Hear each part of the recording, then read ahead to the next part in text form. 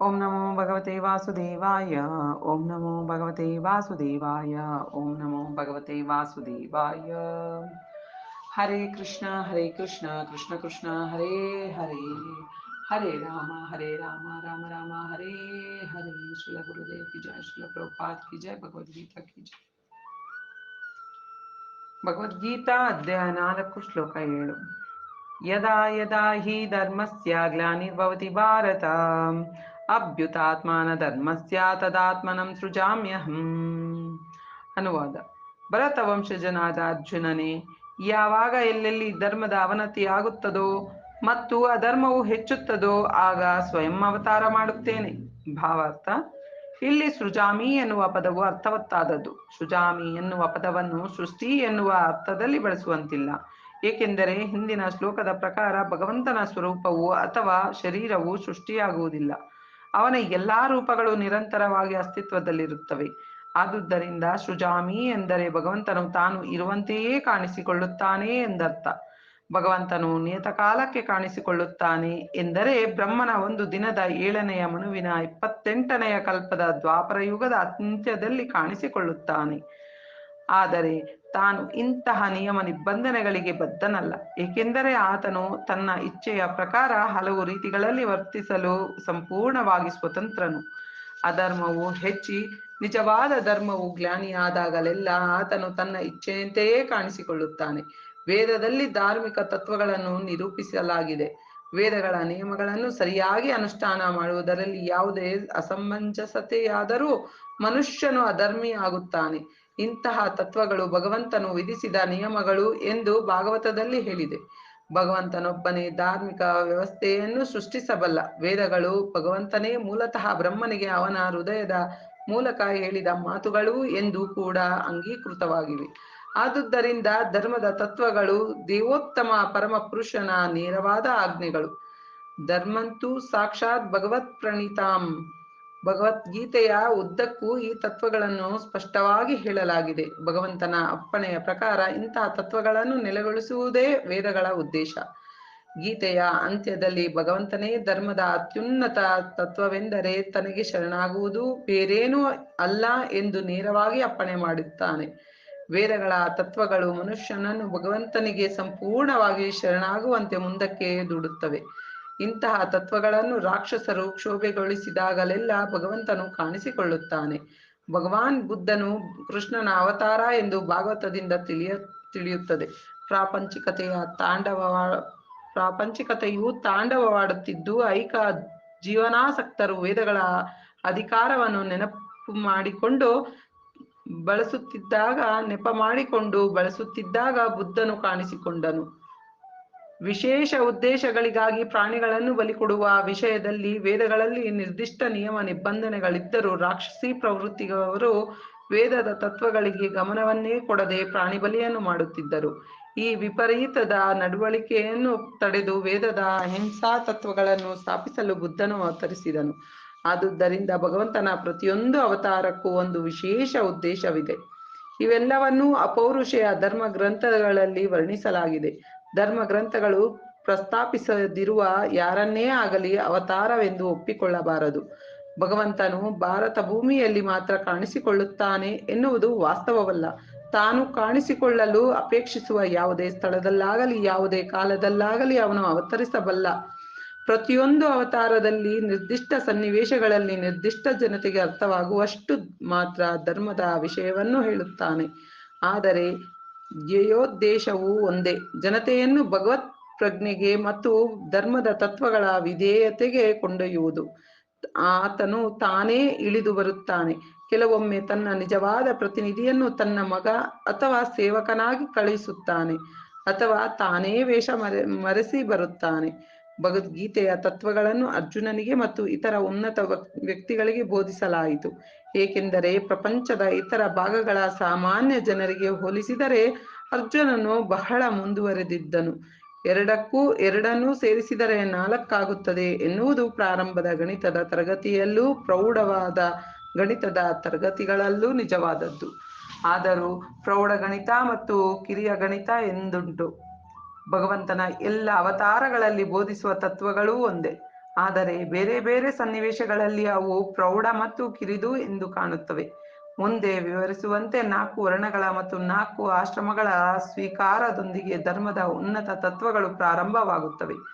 ಅವತಾರದಂತಹ ಮಹತ್ ಕಾರ್ಯದ ಸಂಪೂರ್ಣ ಉದ್ದೇಶ ಎಲ್ಲೆಡೆಯಲ್ಲೂ ಕೃಷ್ಣ ಪ್ರಜ್ಞೆಯನ್ನು ಜಾಗೃತಗೊಳಿಸುವುದು. ಇಂತಹ ಪ್ರಜ್ಞೆಯು ಬೇರೆ ಬೇರೆ ಸನ್ನಿವೇಶಗಳಲ್ಲಿ ಮಾತ್ರ ಪ್ರಕಟವಾಗುತ್ತದೆ ಅಥವಾ ಪ್ರಕಟವಾಗದೆ ಹೋಗುತ್ತದೆ. ಶ್ರೀಲ ಗುರುದೇವ್ ಕಿ ಜಯ, ಶ್ರೀಲ ಪ್ರಭುಪಾದ್ ಕಿ ಜಯ, ಭಗವದ್ಗೀತಾ ಕಿ ಜಯ. ಕೃಷ್ಣಾರ್ಪಣಮಸ್ತು. ಓಂ ನಮೋ ಭಗವತೆ ವಾಸುದೇವಾಯ. ಓಂ ನಮೋ ಭಗವತೆ ವಾಸುದೇವಾಯ. ಓಂ ನಮೋ ಭಗವತೆ ವಾಸುದೇವಾಯ.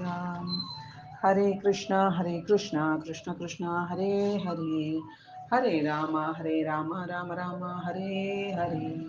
ಶ್ರೀಲ ಗುರುದೇವ್ की जय, ಶ್ರೀಲ ಪ್ರಭುಪಾದ್ की जय, ಭಗವದ್ಗೀತಾ की जय. पंचतत्व भगवान की जय. राधा राधा. ಭಗವದ್ಗೀತಾ ಅಧ್ಯಾಯ 4 ಶ್ಲೋಕ 8. ಪರಿತ್ರಾಣಾಯ ಸಾಧೂನಾಂ ವಿನಾಶಾಯ ಚ ದುಷ್ಕೃತಾಂ ಧರ್ಮ ಸಂಸ್ಥಾಪನಾರ್ಥಾಯ ಸಂಭವಾಮಿ ಯುಗೆ ಯುಗೆ. ಅನುವಾದ: ಸಜ್ಜನರನ್ನು ರಕ್ಷಿಸುವುದಕ್ಕಾಗಿಯೂ ದುಷ್ಟರನ್ನು ನಾಶ ಮಾಡುವುದಕ್ಕಾಗಿಯೂ ಮತ್ತು ಧರ್ಮದ ತತ್ವಗಳನ್ನು ಮತ್ತೆ ಸ್ಥಾಪಿಸುವುದಕ್ಕಾಗಿಯೂ ನಾನು ಪ್ರತಿಯುಗದಲ್ಲಿ ಅವತರಿಸುತ್ತೇನೆ. ಭಾವಾರ್ಥ: ಭಗವದ್ಗೀತೆಯ ಪ್ರಕಾರ ಸಾಧು ಎಂದರೆ ಕೃಷ್ಣ ಪ್ರಜ್ಞೆಯಲ್ಲಿರುವ ಮನುಷ್ಯನು.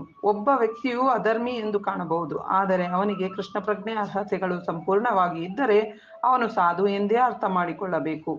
ದುಷ್ಕೃತಾಂ ಎನ್ನುವ ಪದವು ಕೃಷ್ಣ ಪ್ರಜ್ಞೆಗೆ ಲಕ್ಷ್ಯ ಕೊಡದವರಿಗೆ ಅನ್ವಯಿಸುತ್ತದೆ. ಇಂತಹ ದುಷ್ಟರು ಅಥವಾ ದುಷ್ಕೃತಾಂ ಆದವರನ್ನು ಅವರು ಐಹಿಕ ವಿದ್ಯೆಯಿಂದ ಭೂಷಿತರಾಗಿದ್ದರೂ ಮೂರ್ಖರು ಮತ್ತು ಅಧಮ ಮನುಷ್ಯರು ಎಂದು ವರ್ಣಿಸಿದೆ. 100ಕ್ಕೆ 100ರಷ್ಟು ಕೃಷ್ಣ ಪ್ರಜ್ಞೆಯಲ್ಲಿ ತೊಡಗಿರುವವರನ್ನು ಅವರು ವಿದ್ವಾಂಸರಲ್ಲದಿದ್ದರೂ ಸುಸಂಸ್ಕೃತರಲ್ಲದಿದ್ದರೂ ಸಾಧು ಎಂದು ಪರಿಗಣಿಸಲಾಗುವುದು. ನಾಸ್ತಿಕರ ವಿಷಯ ಹೇಳುವುದಾದರೆ, ಭಗವಂತನು ರಾಕ್ಷಸರಾದ ರಾವಣ ಮತ್ತು ಕಂಸರನ್ನು ನಾಶ ಮಾಡಿದಂತೆ ನಾಸ್ತಿಕರನ್ನು ನಾಶ ಮಾಡಲು ತನ್ನ ನಿಜಸ್ವರೂಪದಲ್ಲಿ ಅವತರಿಸುವ ಅಗತ್ಯವಿಲ್ಲ. ರಾಕ್ಷಸರನ್ನು ನಾಶ ಮಾಡಲು ಭಗವಂತನಿಗೆ ಅನೇಕ ಬಂಟರಿದ್ದಾರೆ, ಆದರೆ ಭಗವಂತನ ಪರಿಶುದ್ಧ ಭಕ್ತರನ್ನು ರಾಕ್ಷಸರು ಸದಾ ಹಿಂಸಿಸುತ್ತಿರುತ್ತಾರೆ. ಮುಖ್ಯವಾಗಿ ಆ ಭಕ್ತರನ್ನು ತೃಪ್ತಿಗೊಳಿಸುವುದಕ್ಕೋಸ್ಕರ ಭಗವಂತನು ಇಳಿದು ಬರುತ್ತಾನೆ. ಭಕ್ತನು ತನ್ನ ನೆಂಟನೇ ಆದರೂ ರಾಕ್ಷಸನು ಅವನನ್ನು ಹಿಂಸಿಸುತ್ತಾನೆ. ಪ್ರಹ್ಲಾದ ಮಹಾರಾಜನು ತನ್ನ ಮಗನೇ ಆದರೂ ಹಿರಣ್ಯಕಶಿಪುವು ಅವನನ್ನು ಹಿಂಸಿಸಿದ. ಕೃಷ್ಣನ ತಾಯಿಯಾದ ದೇವಕಿಯು ಕಂಸನ ತಂಗಿಯಾದರೂ ಕೃಷ್ಣನು ಅವರ ಮಗ ಎನ್ನುವ ಒಂದೇ ಕಾರಣಕ್ಕಾಗಿ ಆಕೆ ಮತ್ತು ಆಕೆಯ ಗಂಡ ವಸುದೇವನು ಹಿಂಸೆಗೆ ಒಳಗಾಗಬೇಕಾಯಿತು. ಆದ್ದರಿಂದ ಶ್ರೀಕೃಷ್ಣನು ಕಂಸನನ್ನು ಕೊಲ್ಲುವುದಕ್ಕಿಂತ ಹೆಚ್ಚಾಗಿ ದೇವಕಿಯನ್ನು ರಕ್ಷಿಸುವುದಕ್ಕಾಗಿ ಅವತಾರವೆತ್ತಿದ.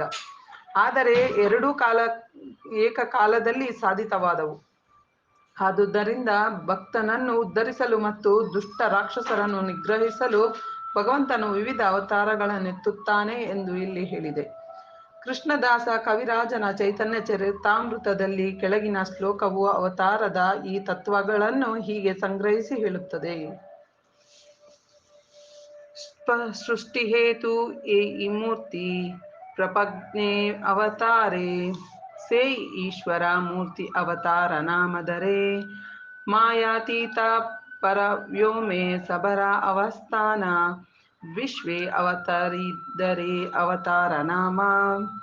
ಭಗವದ್ ರಾಜ್ಯದಿಂದ ಲೌಕಿಕ ಅಭಿವ್ಯಕ್ತಿಗಾಗಿ ಇಳಿದು ಬರುವುದೇ ಭಗವದವತಾರ. ಹೀಗೆ ಇಳಿದು ಬರುವ ಪರಮ ಪುರುಷನ ನಿರ್ದಿಷ್ಟ ರೂಪವನ್ನು ಅವತಾರ ಎಂದು ಕರೆಯಲಾಗುತ್ತದೆ. ಇಂತಹ ಸ್ವರೂಪಗಳು ಭಗವಂತನ ರಾಜ್ಯವಾದ ಆಧ್ಯಾತ್ಮಿಕ ಲೋಕದಲ್ಲಿ ನೆಲೆಸಿರುತ್ತವೆ. ಅವು ಭೌತಿಕ ಜಗತ್ತಿಗೆ ಬಂದಾಗ ಅವತಾರ ಎನ್ನುವ ಹೆಸರನ್ನು ಪಡೆಯುತ್ತವೆ. ಅವತಾರಗಳಲ್ಲಿ ಹಲವು ರೀತಿಗಳು. ಉದಾಹರಣೆಗೆ ಪುರುಷಾವತಾರಗಳು, ಗುಣಾವತಾರಗಳು, ಲೀಲಾವತಾರಗಳು, ಶಕ್ತಿಯ ಆವೇಶ ಅವತಾರಗಳು, ಮನ್ವಂತರ ಅವತಾರಗಳು ಮತ್ತು ಯುಗಾವತಾರಗಳು. ಇವೆಲ್ಲ ವಿಶ್ವದಲ್ಲಿ ಎಲ್ಲೆಡೆಯೂ ನಿಯತಕಾಲಕ್ಕೆ ಕಾಣಿಸಿಕೊಳ್ಳುತ್ತವೆ. ಆದರೆ ಶ್ರೀಕೃಷ್ಣನು ಆದಿಪ್ರಭು, ಎಲ್ಲ ಅವತಾರಗಳ ಆದಿಮೂಲ. ಪರಿಶುದ್ಧ ಭಕ್ತರಿಗೆ ಕೃಷ್ಣನನ್ನು ಅವನ ವೃಂದಾವನದ ಮೂಲ ಲೀಲೆಗಳಲ್ಲಿ ಕಾಣಬೇಕೆಂದು ಬಹಳ ಕಾತರ. ಅವರ ಆತಂಕವನ್ನು ತಣಿಸುವ ನಿರ್ದಿಷ್ಟ ಉದ್ದೇಶಕ್ಕಾಗಿಯೇ ಪ್ರಭು ಶ್ರೀಕೃಷ್ಣನು ಇಳಿದು ಬರುತ್ತಾನೆ. ಆದುದರಿಂದ ಕೃಷ್ಣಾವತಾರದ ಮುಖ್ಯ ಉದ್ದೇಶ ಅವನ ಪರಿಶುದ್ಧ ಭಕ್ತರನ್ನು ತೃಪ್ತಿಗೊಳಿಸುವುದು. ಪ್ರತಿಯೊಂದು ಯುಗದಲ್ಲಿಯೂ ತಾನು ಅವತಾರವೆತ್ತುವುದಾಗಿ ಭಗವಂತನು ಹೇಳುತ್ತಾನೆ. ಆತನು ಕಲಿಯುಗದಲ್ಲಿಯೂ ಅವತಾರವೆತ್ತುತ್ತಾನೆ ಎನ್ನುವುದನ್ನು ಇದು ಸೂಚಿಸುತ್ತದೆ. ಶ್ರೀಮದ್ ಭಾಗವತದಲ್ಲಿ ಹೇಳಿರುವಂತೆ ಕಲಿಯುಗದ ಅವತಾರ ಶ್ರೀ ಚೈತನ್ಯ ಮಹಾಪ್ರಭು. ಅವರು ಸಂಕೀರ್ತನ ಆಂದೋಲನದಿಂದ ಕೃಷ್ಣ ಪ್ರಜ್ಞೆಯನ್ನು ಭಾರತದೆಲ್ಲ ಹರಡಿದರು. ಈ ಸಂಕೀರ್ತನ ಸಂಸ್ಕೃತಿಯು ಊರಿನಿಂದ ಊರಿಗೆ, ಹಳ್ಳಿಯಿಂದ ಹಳ್ಳಿಗೆ, ಪ್ರಪಂಚದಲ್ಲೆಲ್ಲ ಪ್ರಸಾರವಾಗುತ್ತದೆ ಎಂದು ಅವರು ಭವಿಷ್ಯ ನುಡಿದರು. ದೇವೋತ್ತಮ ಪರಮ ಪುರುಷನಾದ ಶ್ರೀಕೃಷ್ಣನ ಅವತಾರವಾದ ಚೈತನ್ಯ ಮಹಾಪ್ರಭುಗಳು ಉಪನಿಷತ್ತುಗಳು, ಮಹಾಭಾರತ ಮತ್ತು ಭಾಗವತದಂತಹ ಅಪೌರುಷೇಯ ಧರ್ಮಗ್ರಂಥಗಳ ರಹಸ್ಯ ಭಾಗಗಳಲ್ಲಿ ನೇರವಾಗಿ ಅಲ್ಲದಿದ್ದರೂ ಗೋಪ್ಯವಾಗಿ ವರ್ಣಿಸಲಾಗಿದೆ. ಚೈತನ್ಯ ಮಹಾಪ್ರಭುಗಳು ಸಂಕೀರ್ತನ ಆಂದೋಲನವು ಶ್ರೀಕೃಷ್ಣನ ಭಕ್ತರನ್ನು ಬಹಳ ಆಕರ್ಷಿಸುತ್ತವೆ. ಭಗವಂತನ ಈ ಅವತಾರವು ದುಷ್ಕರ್ಮಿಗಳನ್ನು ಕೊಲ್ಲುವುದಿಲ್ಲ, ತನ್ನ ಅವಾಚ್ಯ ಕರುಣೆಯಿಂದ ಉದ್ಧರಿಸುತ್ತದೆ. ಶ್ಲೋಕ 9. ಜನ್ಮ ಕರ್ಮ ಚ ಮೇ ದಿವ್ಯಂ ಯೋ ವೆತ್ತಿ ತತ್ವತಃ. ಜನ್ಮ ಕರ್ಮ ಚ ಮೇ ದಿವ್ಯಂ ಯೋ ವೆತ್ತಿ ತತ್ವತಃ ತ್ಯಕ್ತ ದೇಹಂ ಪುನರ್ಜನ್ಮ ನೈತಿ ಮಾಮೇತಿ ಸೋ ಅರ್ಜುನ. ಅನುವಾದ: ಅರ್ಜುನನೇ, ಯಾರು ಹೀಗೆ ನನ್ನ ಹುಟ್ಟಿನ ಮತ್ತು ಕರ್ಮಗಳ ದಿವ್ಯ ಸ್ವರೂಪವನ್ನು ಯಥಾರ್ಥವಾಗಿ ತಿಳಿದುಕೊಳ್ಳುವರೋ ಅವರು ದೇಹತ್ಯಾಗ ಮಾಡಿದ ನಂತರ ಮತ್ತೆ ಈ ಐಕ ಜಗತ್ತಿನಲ್ಲಿ ಹುಟ್ಟುವುದಿಲ್ಲ. ಅವರು ನನ್ನ ನಿತ್ಯ ನಿವಾಸಕ್ಕೆ ಬರುತ್ತಾರೆ. ಭಾವಾರ್ಥ: ಭಗವಂತನು ತನ್ನ ನಿತ್ಯ ನಿವಾಸದಿಂದ ಇಳಿದು ಬರುವುದನ್ನು 6ನೆಯ ಶ್ಲೋಕದಲ್ಲಿ ವಿವರಿಸಿದೆ. ದೇವೋತ್ತಮ ಪರಮ ಪುರುಷನ ಅವತಾರದ ಸತ್ಯವನ್ನು ಅರ್ಥ ಮಾಡಿಕೊಂಡವನು ಆಗಲೇ ಐಕ ಬಂಧನದಿಂದ ಮುಕ್ತನಾಗಿದ್ದಾನೆ. ಆದುದರಿಂದ ಈಗಿನ ಭೌತಿಕ ಶರೀರವನ್ನು ತ್ಯಜಿಸಿದ ಕೂಡಲೇ ಅವನು ಭಗವಂತನ ಸಾಮ್ರಾಜ್ಯಕ್ಕೆ ಹಿಂದಿರುಗುತ್ತಾನೆ. ಐಕ ಬಂಧನದಿಂದ ಹೀಗೆ ಮುಕ್ತನಾಗುವುದು ಜೀವಿಗೆ ಸುಲಭವೇನಲ್ಲ. ನಿರಾಕಾರವಾದಿಗಳು ಮತ್ತು ಯೋಗಿಗಳು ಬಹಳ ಕಷ್ಟಪಟ್ಟು ಹಲವಾರು ಜನ್ಮಗಳ ಅನಂತರ ಮುಕ್ತಿಯನ್ನು ಪಡೆಯುತ್ತಾರೆ. ಆಗಲೂ ಅವರು ಪಡೆಯುವ ಮುಕ್ತಿಯೆಂದರೆ ಭಗವಂತನ ನಿರಾಕಾರ ಬ್ರಹ್ಮಜ್ಯೋತಿಯಲ್ಲಿ ಲೀನರಾಗುವುದು. ಇದು ಭಾಗಶಃ ಮುಕ್ತಿ. ಅವರು ಮುಂದೆ ಈ ಐಹಿಕ ಜಗತ್ತಿಗೆ ಹಿಂದಿರುಗುವ ಅಪಾಯವೂ ಇದ್ದೇ ಇರುತ್ತದೆ. ಆದರೆ ಭಕ್ತನು ಭಗವಂತನ ದೇಹ ಮತ್ತು ಕರ್ಮಗಳ ದಿವ್ಯ ಸ್ವರೂಪವನ್ನು ಅರ್ಥ ಮಾಡಿಕೊಂಡರೆ ಸಾಕು. ಆತನು ಈ ದೇಹವನ್ನು ಬಿಟ್ಟ ಅನಂತರ ಭಗವಂತನ ನಿವಾಸವನ್ನು ಸೇರುತ್ತಾನೆ. ಈ ಐಹಿಕ ಜಗತ್ತಿಗೆ ಹಿಂದಿರುಗುವ ಅಪಾಯವೂ ಇರುವುದಿಲ್ಲ. ಬ್ರಹ್ಮ ಸಂಹಿತೆಯಲ್ಲಿ 5.33 ಭಗವಂತನಿಗೆ ಹಲವಾರು ರೂಪಗಳು, ಅವತಾರಗಳು ಉಂಟು ಎಂದು ಹೇಳಿದೆ. ಅದ್ವೈತಮಚ್ಯುತಮನಾದಿಮನಂತ ರೂಪಂ. ಭಗವಂತನಿಗೆ ಅನೇಕ ದಿವ್ಯ ರೂಪಗಳಿದ್ದರೂ ಅವೆಲ್ಲ ಒಂದೇ. ದೇವೋತ್ತಮ ಪರಮ ಪುರುಷನು ಒಬ್ಬನೇ. ಇದು ಪ್ರಾಪಂಚಿಕ ಮನಸ್ಸಿನ ವಿದ್ವಾಂಸರಿಗೂ ಅನುಭವಗಮ್ಯ, ತತ್ವಶಾಸ್ತ್ರಜ್ಞರಿಗೂ ಅರ್ಥವಾಗುವುದಿಲ್ಲ. ಆದರೂ ನಾವು ಇದನ್ನು ದೃಢ ಮನಸ್ಸಿನಿಂದ ಅರ್ಥ ಮಾಡಿಕೊಳ್ಳಬೇಕು. ವೇದಗಳಲ್ಲಿ ಹೇಳಿರುವಂತೆ, ಪುರುಷ ಬೋಧಿನಿ ಉಪನಿಷತ್ತಿನಲ್ಲಿ ಹೇಳಿರುವಂತೆ, ಏಕೋ ದೇವೋ ನಿತ್ಯ ಲೀಲಾನುರಕ್ತೋ ಭಕ್ತವ್ಯಾಪಿ ಹೃದಯಂತರಾತ್ಮ. ಒಬ್ಬನೇ ಆದ ದೇವೋತ್ತಮ ಪರಮ ಪುರುಷನು ತನ್ನ ಪರಿಶುದ್ಧ ಭಕ್ತರೊಂದಿಗೆ ಅನೇಕ ದಿವ್ಯ ರೂಪಗಳಲ್ಲಿ ನಿರಂತರವಾಗಿ ಲೀಲೆಗಳಲ್ಲಿ ತೊಡಗಿರುತ್ತಾನೆ. ವೇದದ ಈ ಮಾತನ್ನು ಸ್ವತಃ ಭಗವಂತನೇ ಗೀತೆಯ ಈ ಶ್ಲೋಕದಲ್ಲಿ ದೃಢಪಡಿಸುತ್ತಾನೆ. ಯಾರು ವೇದಗಳ ಪ್ರಮಾಣವನ್ನು ಒಪ್ಪಿ, ದೇವೋತ್ತಮ ಪರಮ ಪುರುಷನ ಪ್ರಮಾಣವನ್ನು ಒಪ್ಪಿ ಈ ಸತ್ಯವನ್ನು ಸ್ವೀಕರಿಸುತ್ತಾನೋ, ಯಾರು ಊಹಾತ್ಮಕ ಚಿಂತನೆಗಳಲ್ಲಿ ಕಾಲವನ್ನು ವ್ಯರ್ಥ ಮಾಡುವುದಿಲ್ಲವೋ ಅವನು ಮುಕ್ತಿಯ ಅತ್ಯುನ್ನತ ಪರಿಪೂರ್ಣ ಸ್ಥಿತಿಯನ್ನು ತಲುಪುತ್ತಾನೆ. ಶ್ರದ್ಧೆಯಿಂದ ಈ ಸತ್ಯವನ್ನು ಸ್ವೀಕರಿಸಿದರೆ ಸಾಕು, ಮನುಷ್ಯನು ನಿಶ್ಚಯವಾಗಿಯೂ ಮುಕ್ತಿಯನ್ನು ಸಾಧಿಸುತ್ತಾನೆ. ತತ್ವಮಸಿ ಎನ್ನುವ ವೇದದ ಮಾತು ಇಲ್ಲಿ ವಾಸ್ತವವಾಗಿ ಅನ್ವಯವಾಗುತ್ತದೆ. ಯಾರು ಶ್ರೀಕೃಷ್ಣನೇ ಪರಮೋನ್ನತನೆಂದು ಅರ್ಥ ಮಾಡಿಕೊಳ್ಳುತ್ತಾನೋ ಅಥವಾ ಭಗವಂತನಿಗೆ ನೀನೇ ಪರಬ್ರಹ್ಮನು, ದೇವೋತ್ತಮ ಪರಮ ಪುರುಷನು ಎಂದು ಹೇಳುತ್ತಾನೋ ಅವನು ಈಗ ನಿಶ್ಚಯವಾಗಿ ಆ ಕ್ಷಣವೇ ಮುಕ್ತಿಯನ್ನು ಪಡೆಯುತ್ತಾನೆ. ಆದುದರಿಂದ ಭಗವಂತನ ದಿವ್ಯ ಸಹವಾಸವು ಅವನಿಗೆ ಲಭ್ಯವಾಗುವುದು ಖಚಿತ. ಬೇರೆ ಮಾತುಗಳಲ್ಲಿ ಹೇಳುವುದಾದರೆ, ಭಗವಂತನ ಇಂತಹ ನಿಷ್ಠ ಭಕ್ತನು ಪರಿಪೂರ್ಣತೆಯನ್ನು ಸಾಧಿಸುತ್ತಾನೆ. ಇದನ್ನು ಕೆಳಗಿನ ವೇದವಾಕ್ಯವು ದೃಢಪಡಿಸುತ್ತದೆ. ತಮೇವ ವಿದ್ಧಿತ್ವಾತಿ ಮೃತ್ಯುಮೇತಿ ನಾನ್ಯಃ ಪತನ ವಿದ್ಯತೆ ಅನಾಯಾಮ್. ದೇವೋತ್ತಮ ಪರಮ ಪುರುಷನಾದ ಭಗವಂತನನ್ನು ತಿಳಿದುಕೊಂಡ ಮಾತ್ರದಿಂದಲೇ ಮನುಷ್ಯನು ಹುಟ್ಟು ಸಾವುಗಳಿಂದ ಪಾರಾಗಿ ಮುಕ್ತಿಯ ಪರಿಪೂರ್ಣ ಸ್ಥಿತಿಯನ್ನು ತಲುಪಬಹುದು. ಈ ಪರಿಪೂರ್ಣತೆಯನ್ನು ಸಾಧಿಸಲು ಬೇರೆ ಯಾವ ಮಾರ್ಗವೂ ಇಲ್ಲ. ಶ್ವೇತಾಶ್ವತರ ಉಪನಿಷತ್ತು 3.8 ಬೇರೆ ದಾರಿಯೇ ಇಲ್ಲ ಎನ್ನುವುದರ ಅರ್ಥ ಕೃಷ್ಣನನ್ನು ದೇವೋತ್ತಮ ಪರಮ ಪುರುಷನೆಂದು ಅರಿಯದವನು ಖಂಡಿತವಾಗಿ ತಮೋಗುಣದಲ್ಲಿದ್ದಾನೆ ಎಂದು. ಅವನು ಜೇನುತುಪ್ಪದ ಸೀಸೆಯ ಹೊರಭಾಗವನ್ನು ನೆಕ್ಕಿದ ಮಾತ್ರಕ್ಕೆ, ಎಂದರೆ ಭಗವದ್ಗೀತೆಯನ್ನು ಐಹಿಕ ವಿದ್ವತ್ತಿಗೆ ಅನುಗುಣವಾಗಿ ವ್ಯಾಖ್ಯಾನ ಮಾಡಿದ ಮಾತ್ರಕ್ಕೆ ಮುಕ್ತಿಯನ್ನು ಪಡೆಯಲಾರನು. ಇಂತಹ ಅನುಭವಗಮ್ಯ ತತ್ವಶಾಸ್ತ್ರಜ್ಞರು ಐಹಿಕ ಜಗತ್ತಿನಲ್ಲಿ ಬಹುಮುಖ್ಯ ಪಾತ್ರಗಳನ್ನು ವಹಿಸಬಹುದು, ಆದರೆ ಅವರು ಮುಕ್ತಿಗೆ ಅರ್ಹರಾಗಿಯೇ ಆಗುತ್ತಾರೆ ಎಂದೇನೂ ಅಲ್ಲ. ಇಂತಹ ಗರ್ವಿತರಾದ ಲೌಕಿಕ ವಿದ್ವಾಂಸರು ಭಗವದ್ಭಕ್ತನ ಅವಾಚ್ಯ ಕರುಣೆಗಾಗಿ ಕಾಯಬೇಕಾಗುತ್ತದೆ. ಆದುದರಿಂದ ಮನುಷ್ಯನು ಶ್ರದ್ಧೆ ಮತ್ತು ಜ್ಞಾನಗಳಿಂದ ಕೃಷ್ಣ ಪ್ರಜ್ಞೆಯನ್ನು ಬೆಳೆಸಿಕೊಳ್ಳಬೇಕು ಮತ್ತು ಆ ಮೂಲಕ ಪರಿಪೂರ್ಣತೆಯನ್ನು ಪಡೆಯಬೇಕು. ಶ್ರೀಲ ಗುರುದೇವ್ ಕಿ ಜೈ, ಶ್ರೀಲ ಪ್ರಭುಪಾದ್ ಕಿ ಜೈ, ಭಗವದ್ಗೀತಾ ಕಿ ಜೈ. ಕೃಷ್ಣಾರ್ಪಣಮಸ್ತು.